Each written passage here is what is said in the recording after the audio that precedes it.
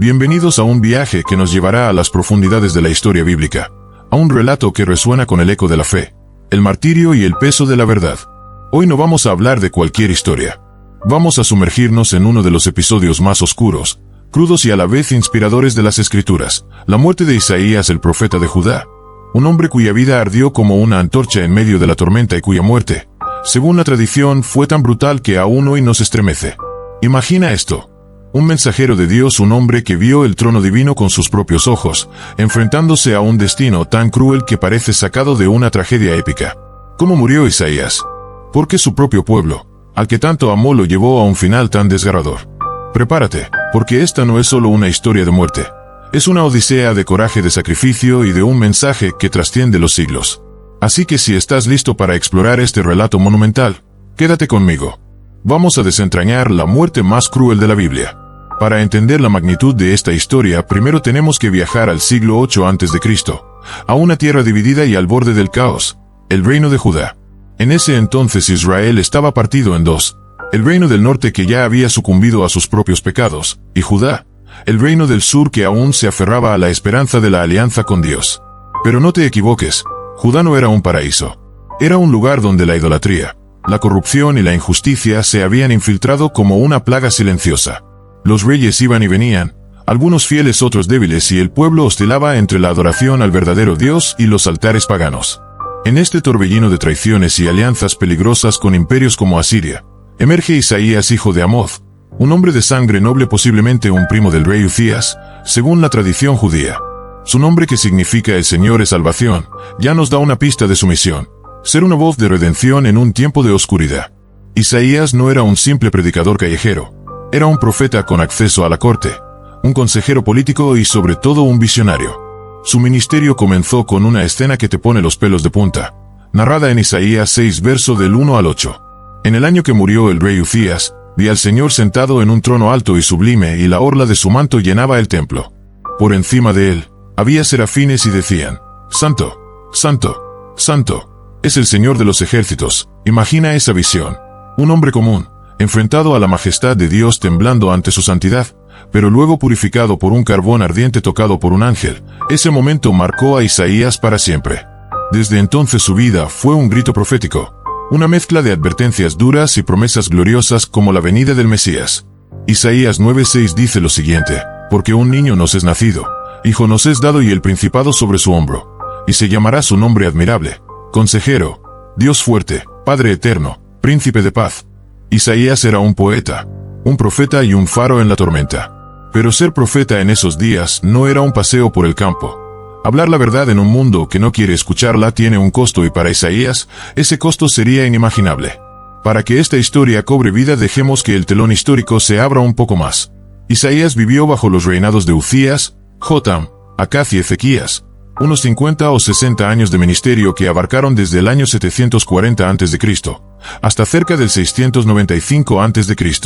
Durante este tiempo el poderoso imperio asirio estaba en ascenso, conquistando tierras y aplastando reinos. En el 722 a.C. el reino del norte cayó y las 10 tribus de Israel desaparecieron en el exilio. Judá, mientras tanto, estaba en una cuerda floja. Algunos reyes como Ezequías intentaron reformas espirituales, pero otros como Acaz se hundieron en la idolatría, incluso sacrificando a sus propios hijos en altares paganos. La tensión era palpable: confiar en Dios o aliarse con potencias extranjeras. Isaías, firme como una roca, insistía confiar en Dios, pero sus palabras no siempre eran bien recibidas. Y luego llegó Manasés, el hijo de Ezequías. Este rey, que asumió el trono alrededor del 695 a.C., es clave en nuestra historia. Aunque Ezequías había sido un rey piadoso, Manasés deshizo todo su legado. Segunda de Reyes 21:6 nos pinta un cuadro sombrío. E hizo pasar a su hijo por el fuego, y se dio a observar los tiempos, y fue agorero, e instituyó encantadores y adivinos, multiplicó en gran manera el hacer lo malo ante los ojos de Jehová para provocarlo a ira. Manasés no solo abrazó la idolatría, sino que persiguió a los fieles del Dios verdadero con una crueldad despiadada. Y aquí es donde el destino de Isaías comienza a tomar forma. Ahora llegamos al corazón de esta narración, el momento que hace que esta historia sea inolvidable: la muerte de Isaías. Aquí hay un detalle importante: la Biblia misma no nos cuenta explícitamente cómo murió. El libro de Isaías termina en el capítulo 66 con visiones de esperanza y juicio, pero no menciona su final. Sin embargo, la tradición judía y textos antiguos como el Talmud y el apócrifo Ascensión de Isaías nos dan una imagen escalofriante. Según estas fuentes, Isaías fue martirizado por orden de Manasés, y no fue una muerte cualquiera. Fue aserrado por la mitad. Lo escuchaste bien. Cortado vivo con una sierra. Un castigo tan inhumano que nos cuesta imaginarlo. La historia dice que Isaías, ya anciano, seguía profetizando contra la corrupción de Judá. Sus palabras eran como fuego quemando las conciencias de los idólatras y los poderosos. Pero Manasés, cegado por su orgullo y su pacto con dioses falsos, vio a Isaías como una amenaza. La tradición cuenta que el profeta intentó escapar escondiéndose dentro de un árbol hueco, tal vez un cedro. Sin embargo, sus perseguidores lo encontraron. En lugar de sacarlo, Manasés ordenó algo aún más macabro: cortar el árbol por la mitad y cortar a Isaías en dos con una sierra. La sierra atravesó madera y carne, y el profeta, según el relato, enfrentó su destino con una fe inquebrantable sin retractarse de su mensaje. Este relato, que ha perdurado a través de los siglos, no aparece explícitamente en las páginas de la Biblia, pero ha sido transmitido como parte de la memoria histórica del pueblo judío.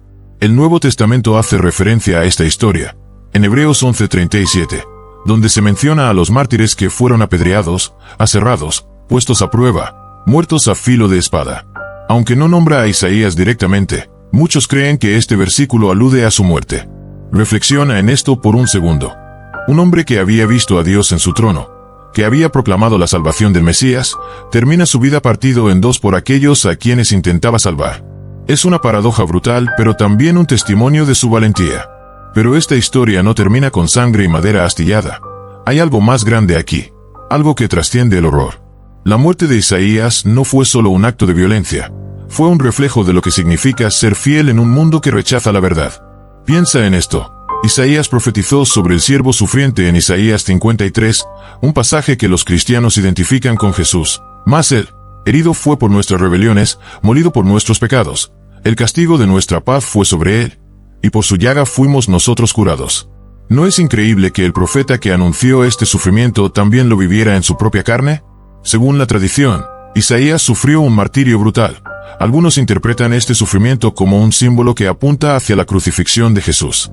Y aquí viene una reflexión para nosotros. ¿Qué estamos dispuestos a soportar por lo que creemos? Isaías no se calló aunque sabía que sus palabras podían costarle la vida.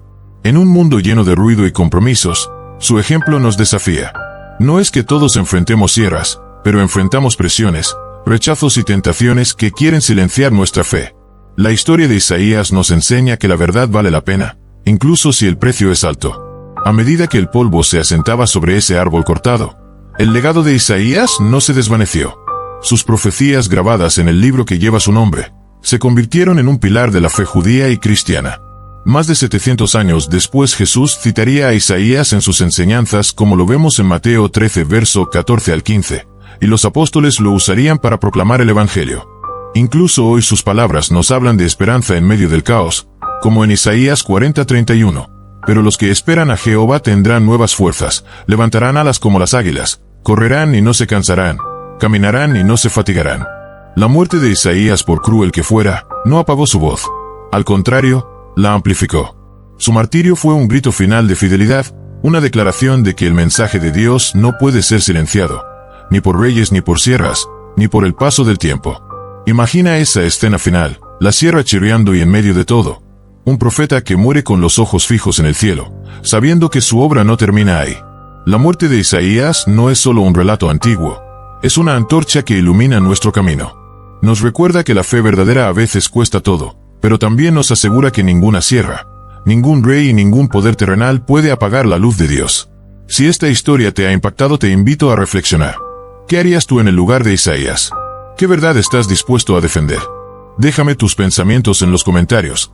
Comparte este video con alguien que necesite inspiración y no olvides suscribirte, activar la campanita para más historias que despiertan el alma. Que la paz de Dios te acompañe.